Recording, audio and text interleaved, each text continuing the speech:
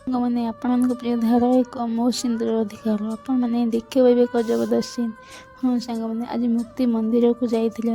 ସେଠି ଦୁର୍ଗା ମାଆଙ୍କୁ କହିବ କି ଡକ୍ଟର କହିଲେ ଯେ ମୋ ଶାଶୁ ମାଆଙ୍କୁ ଆଡ଼େ ବ୍ଲଡ଼ ନ ମିଳିଲେ ସେ ବଞ୍ଚି ପାରିବେନି। କାଲି ତାଙ୍କ ବିନା ମୋ ପରିବାର କେମିତି ବଞ୍ଚିବ ମା? କେମିତି ମାଆଙ୍କୁ ମୁହାଁମୁହିଁ ମୁକ୍ତି ଆଉ ହାତରେ ଦୀପ ଧରି ଆଣ୍ଠେଇ ଚାଲୁଛି। ସେତିକି ବେଳେ ନନା କହିବେ ଏ ଝିଅର ସାହସକୁ ମାନିବାକୁ ପଡ଼ିବ। ଏତେ କଷ୍ଟରେ ଥାଇ ମଧ୍ୟ ଦି ହାତରେ ନିଆଁ ଲଗେଇ ଦି ଆଣ୍ଠୁକୁ ଆଣ୍ଠେଇ ମନ୍ଦିରରେ ପରିକ୍ରମା କରୁଛି।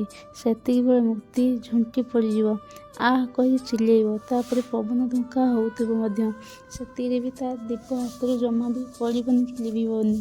ଯେତେବେଳେ ପବନ ଧୋକା ହେବ ସେତେବେଳେ ସେ ଦୀପଟାକୁ ଧରିବାକୁ ଚେଷ୍ଟା କରୁଥିବ, କିନ୍ତୁ ସେଇ ଟାଇମ୍ରେ ମାଆଙ୍କ ଆଶୀର୍ବାଦ ଯେ ଜ୍ୟୋତି ଆସି ଦୀପଟାକୁ ଧରିନେବ। ତାପରେ ମା ସେ ମେଘ ପବନରେ ଦେଖାଦେବେ। ସେତିକିବେଳେ ମୁକ୍ତି ଦେଖିବ ଯେ ଜ୍ୟୋତି ଆସିକି ତାଙ୍କ ଦୀପଟାକୁ ଧରି ପକାଇବ।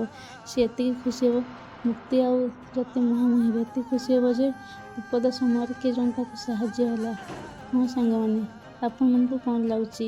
ମୁକ୍ତି କ'ଣ ତା ଶାଶୁ ମାଆଙ୍କୁ ସେ ବିପଦରୁ ରକ୍ଷା କରିପାରିବ ନା ତାକୁ ବଞ୍ଚେଇ ପାରିବ? ଆମକୁ କମେଣ୍ଟ ମାଧ୍ୟମରେ ନିଶ୍ଚିନ୍ତ ଜଣାଇବେ।